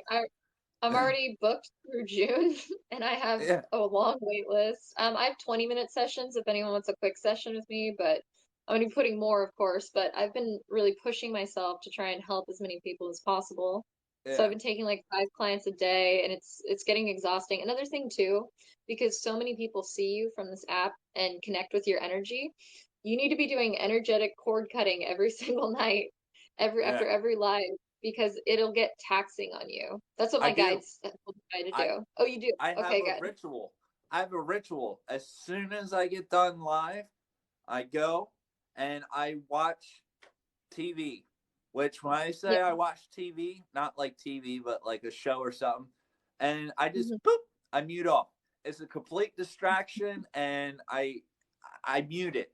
I need something like that, and I don't want to meditate. I don't want to do after lives, especially when I Yeah. was going through all the species, and like I would be holding the book. So a lot of stuff I'm saying when I'm just it's all from the, it's kind of coming to me. And to do that many sometimes in the recaps, and, I'm talking about one species, but I'm talking about this species and that species and the connect, and doing this and trying to answer all the questions. Hmm. And, I've had times where I've had 200 people to 100 people in there and everyone asking Yeah. questions, and I'm trying to like teach and read and show people and It's a explain some lot of history. energy. It's Hmm. it's a lot. But I love it. At the same time, it's kind of like what gives me, feel. I've always been an entertainer, back in my rock star days, stage, a couple thousand people. There's Oh, energy in wow. that. There's Yeah. a lot of energy. I remember being on stage, and I think the largest show we played, it was with Hollywood Undead. It was Hmm. Summerfest out in Wisconsin or somewhere, Milwaukee, Okay. and it was this big festival, and we were playing with Hollywood Undead and a few other bands for the Miller Lite stage. We were a Christian heavy metal band playing the Miller Lite stage. They're like, you got to bring Miller on the stage. I'm like, I'm not gonna drink it. So I brought a beer out on stage just because, promotion. They were letting us play the Yeah. stage, but I needed water. I didn't want to drink that and try to scream. But like all the people in the crowd, like, if you pick up on certain energies, like before a lightning storm, I tell my girlfriend all the time, I feel cobwebs all over my Hmm. body before a lightning storm Wow. comes. I get this it feels like someone has cobwebs and they're going around my entire body. I've always felt this, and I'm slightly sensitive to electromagnetic fields. And you mean fiance, don't you? I huh? saw your ring. You said girlfriend, you mean fiance, don't you? Oh no, no, this ain't that kind of ring. Oh. But I was just she's kidding. my wifey. We'll probably never get married, but we love each other. I'll Uh, marry her someday. I'm sure of it. She's always that, bugging. When are you gonna marry me? When are you gonna marry me? I'll get to it. that's Yeah, funny. this ring. This was one of the last things my mother gave to me. It's hard to Oh, see. cool. There's a little I could see. square and compass on there. But what's funny you mentioned about on stage is so I told you I see auras when I relax. When I see someone like a play performing, your aura, because I think it's all the attention on you, your aura is humongous. You're so bright, and from all these eyes looking at you. I always thought that was really cool. And you would feel it too. And like a Yeah, lot of times, some of my best shows, the more there was, it would bring out like the best version of me.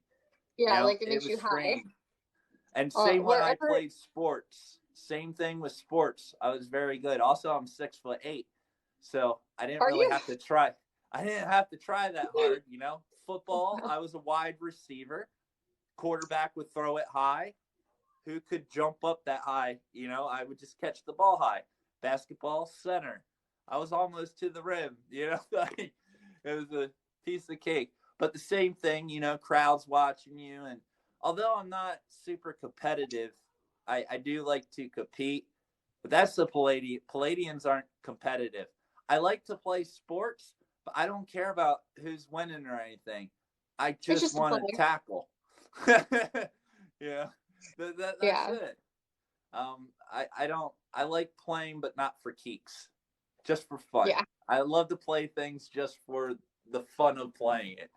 But Someone yeah, someone says I'm so beautiful. Thank you. My name is Vanessa, not Crystal, but thank you in my going to comments. yeah, so many here. Everyone's But talking yeah, about techniques. if if anyone is interested in a reading with me, I have 20-minute ones up now. I'm currently all booked through June with my 45. Don't worry, it's okay. Everyone thinks my name's Crystal. But in about 2 weeks, I'm going to be adding more longer sessions. I usually do the 45-minute ones where we can go through to like past lives and stuff like that. But yeah, I'll be adding more soon. But if you want the 20-minute session, we can get a lot through in 20 minutes as well. Especially with the way you do it. Boom, boom. Like I'm sure Yeah, like first 4 minutes you'll probably say something that will like just blow someone's mind. Like, say what? From where? You know, I'm sure a lot of times some of this information you really got it, you know, although you're just giving them a sentence, the understanding behind it, there's consequences to every piece of information you put out there. You know, the consequences and the other 10 questions. You're giving them answers, but they're going to yeah. leave having more questions. And that's just more work. You know, it's insane. It's how it goes. You know what's funny? So lately I've had a lot of clients tell me that I come to them in their dreams and start talking to them about stuff, like Yeah. teaching them. So apparently in my astral, my higher self, I go to a lot of people now. And I had a client tell me I went to her in a psychedelic mushroom trip um, earlier or earlier than like a month ago.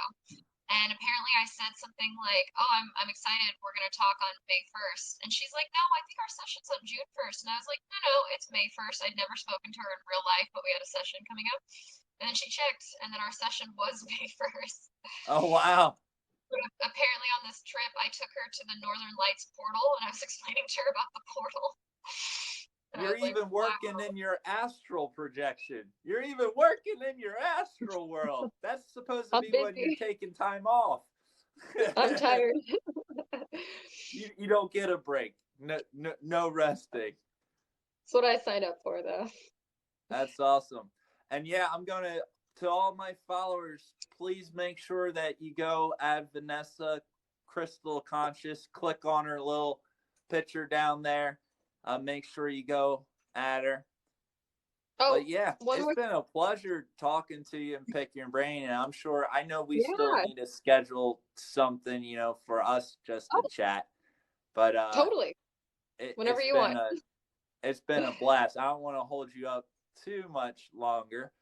But yeah, so just a little final out question. One more thing for everyone that's watching and all that. Hmm. So, with everything you're doing, what is one message that you want to, put out? What is the most, valuable thing for people to understand when it comes to making a connection with these beings? Okay. Yeah.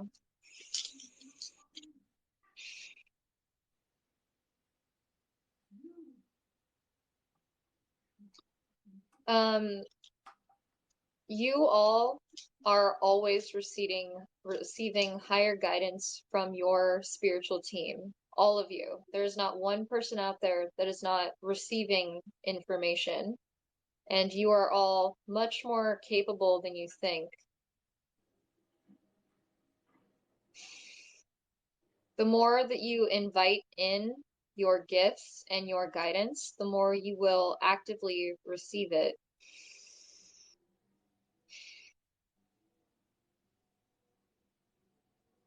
And to raise your vibration as much as possible, you need to be coming from a vibration of love and not fear. Fear does not serve you.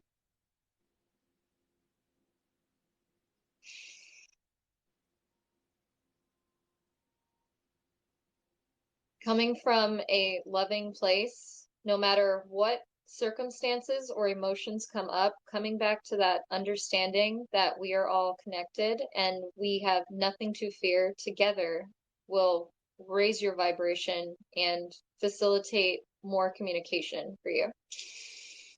So Absolutely. that was Amen to Raina. that. That was Raina, my Palladian guide from Era in the Galactic Federation. Thank you. Thank you. Amazing guy. That's awesome. And exactly right. And that that's it. It's, coming together, realizing the connection we have. A Hmm. lot of our questions, the big questions of humanity, they are rooted from not understanding how we are connected. When you go back to that connection and how we're all connected, you really see that's all part of the same thing. And you also Yeah, said, your guide was mentioning, as you give in, you know, your your abilities, your capabilities, your consciousness will evolve as you give in, but you have to give in. You have yeah. to give in. I actually don't know what I just said. Oh, it's great. I'm giving it back to you. So it I was don't know what I brilliant just said. advice. This is a Merkaba necklace, by the way. But yeah, when I do it, I'm just finding the next words they wanted me to say, so I don't consciously know what I said. But awesome. I was kind of the same way. Sometimes, like back in my preaching days and stuff, I would get on stage. I couldn't It recall just one comes. thing. Yeah. Also, my rap songs I do, they're all freestyles. I don't write nothing down. Sometimes, Wow. like when I'm rapping, although it just kind of, I'm having fun with it, I'm kind of channeling. I don't, when I play acoustic and stuff and I sing songs, sometimes I love just letting stuff flow, let it Yeah. come out. Because whatever that is better than me. I mess things up. These beings are pretty spot Totally. on things, Yeah. a lot better than me. So let them do the talking. That's awesome. Right. I'm actually not to promote myself too much, but I'm actually working on a consciousness hip hop album right now myself. Really? That's Yeah, awesome. me and my boyfriend have a home studio. I'm a guitarist, he's a drummer. We're in a punk band actually, but I'm trying to. We have a I, whole music studio. wait, let me take this effect off real quick. Just to show you, there's my rig, my orange, Nice. my Gibson. I got a bass amp. being in the band, I learned how to play all the instruments. I'm sure you've dabbled in all the instruments as well, right? I try. Playing a little bit of everything. But Yeah. yeah, I'm the same way. I'm rapper. I do country music too. I'm Nice. all over the place with noise. I love making noise.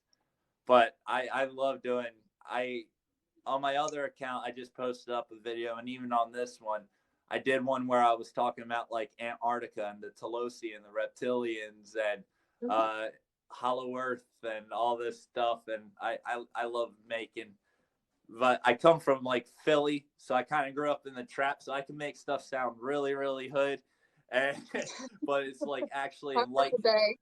And my metal music was the same way. I was screaming, oh, I was the screamer, but I was screaming really enlightened stuff. Sometimes when I read my Wow. lyrics now, all my lyrics would come to me when I was like dreaming, and I would just jot stuff down. And now that Yeah, I'm it's just reading it, channeling. Mm-hmm. yeah, when I read it now, it's like I knew back then. That was 2010 when that album came out in stores. It's on Wow. iTunes, Pandora, all that. But so Mm-hmm. you play guitar? I do. I got a What kind of guitar Telecaster. you got? I got a Mexican Telecaster from the 90s, and then I got Yeah, an Ibanez, and we got a couple between me and my fiance. We have a couple acoustics. one of my favorites is my buddy had an old school 90s Mexican Telecaster, and we They're took out the amazing. single coil and we put an active pickup near the back, an active pickup. Nice. And oh man, Just, I just love he named his kid. It was the guitar player in my old band. He named his mhm. daughter Telly, like for Telecaster. Named his kid after Telecaster. It's a good guitar. That's amazing. Yeah, that's really Um, cool. but, but yeah, just everyone's commenting on my Merkaba necklace. I got it from Etsy. It's just a quartz one. It wasn't that expensive, but I love it. I really feel like it's very, very protective, and I needed it, so Hey I'm Vince, excited. I'm going through. I got so many comments. Someone Vince just asked, "Are you familiar with Elena Danan?" Yes, we both are. Love her. I only And discovered her about a month ago, but I love her. I hope anyone that would be in my live would definitely know about me and Elena. We really do work together. We are we started around the same time. We do this Mhm. game where we hand off a lot of interviews and things. I get an interview, and they're like, oh, if you know anyone, oh yeah, I know, just I networking like that. I Huh? want to meet Elena. I want to Yeah, meet Elena. yeah. I want to interview her, especially Well, because I have a lot of memories from Era that I'd love to talk to her about, and she can get stuff from Thoron, and and I can she get stuff from Reina, and we can all compare notes. seriously, it's amazing. Some of, like, for example, when I'm talking to you, sometimes the things I say, your guys kind of chime in, add in the two Yeah, cents. You know what I'm like when I'm talking to Elena and stuff, and sometimes I'll say something that Elena is not aware of, and like she uses Thoron almost as um a fact check, fact check it, and hmm she'll ask them something, and she'll go, "Oh, well, it turns out Thorhan just said that the tall whites, they use a compulsion system, and when they explode, because he's seen them, because he's done some of the exploding sometimes, when they explode, yeah, they suck into itself." And yeah, that was the description. And a lot of people, when they heard the UFO story, they didn't, that part of it was just baloney. But when you're talking about technology that is, far advanced, it's not gonna, there was also no fire and burn marks, and that was yeah. really weird. So she asked Wow. Thorhan, and he was familiar, and that species, the Kilitokor, that compulsion, it's like their idea, it's their Tesla, you know it's Wow. it's their technology, where a lot of the grays and everything, they're using a lot of the Draconians technology. You know, they're I believe it. working out these alliances. Also, the Matri, the Kilitokort, they're mercenaries. Although they're a part of all the hostile groups and etc., they are mercenaries. They are their own interest. That's why they work with the blonde humanoids, the Akora, you know, which are, Mhm. I always tell my followers, don't trust all blonde beings you see. There are some That's wonky very ones true. out there, you know. Most of them are all right, but the Akora Uh, are very self-seeking. it's funny we're talking about ships because I haven't seen in my work, I don't see a lot of the outsides of ships, but since I've astrally been on a Palladian ship and I've astrally been on an Octarian ship, I can tell you the difference of what they look like inside. Do you want to? I don't want to Yeah. keep you too much longer. I have a No, reading no. coming up, but Yes, I want to know. so inside the Palladian ships, the Galactic, I've only been on Galactic Federation Palladian ships with Reyna. They're very, very bright. Very bright. I think maybe almost white. I think mostly what they are, they're circular. And then I've been on there's an Arcturian ship that's circling the Earth in our orbit that's kind of watching us. The Arcturian ship was a little bit darker, not quite as bright white as the Palladian ship. And the Arcturian ship, it was a huge ship I was on, and the front of the ship, it was like, so the wall of the ship was like gray, but when the Octarians wanted to show me something, all of a sudden it's like it's a screen, like an HD screen, and all of a sudden I could look out and see space. And was It's everything connected in the sense of, you know, this vehicle was all one body? Oh yeah, so I can only speak for I didn't really get to ask the Octarians about their ship, but I've asked Reyna about her ship.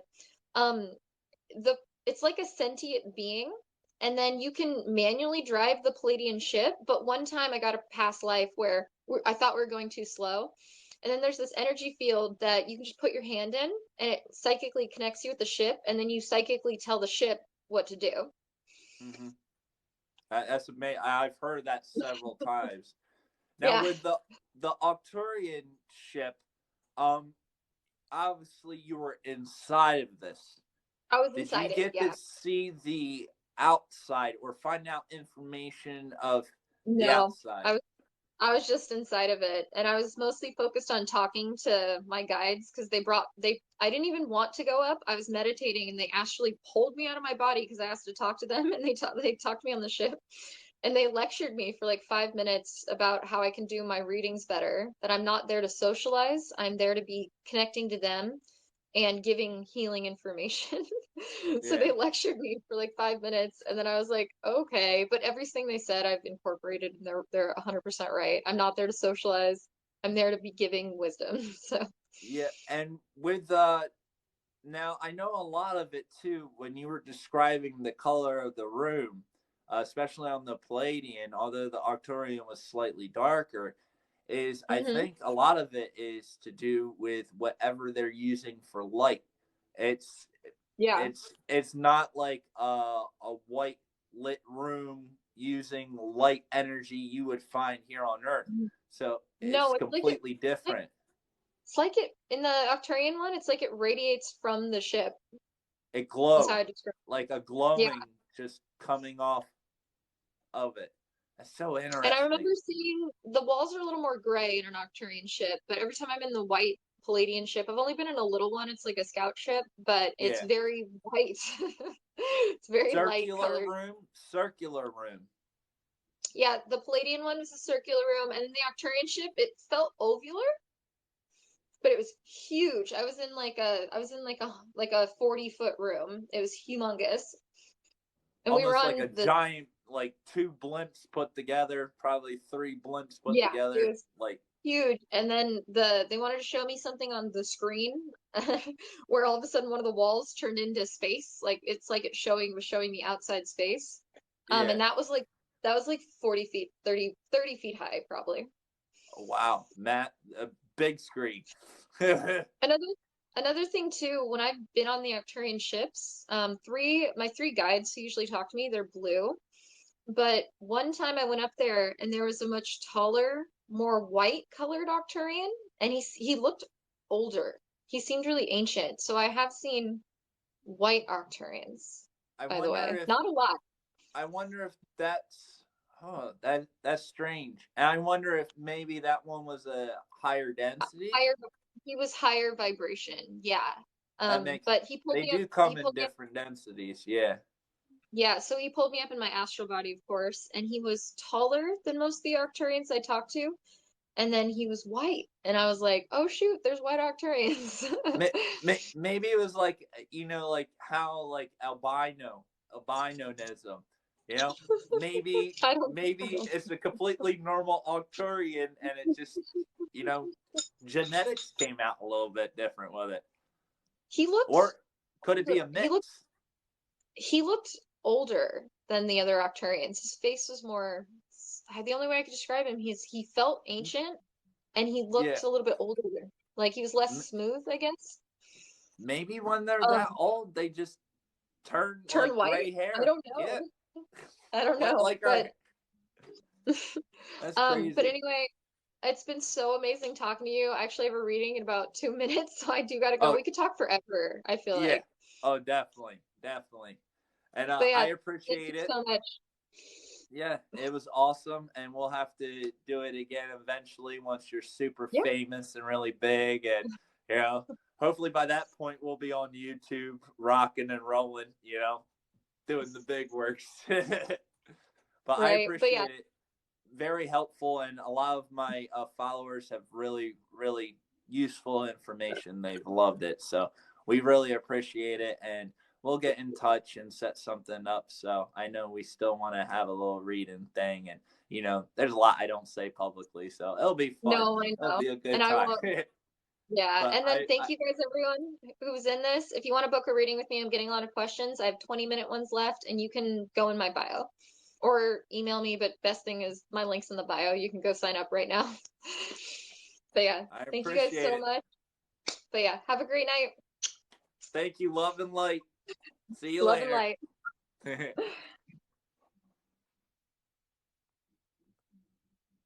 Hey everyone, I'm still here. I'm just gonna say my piece and head off.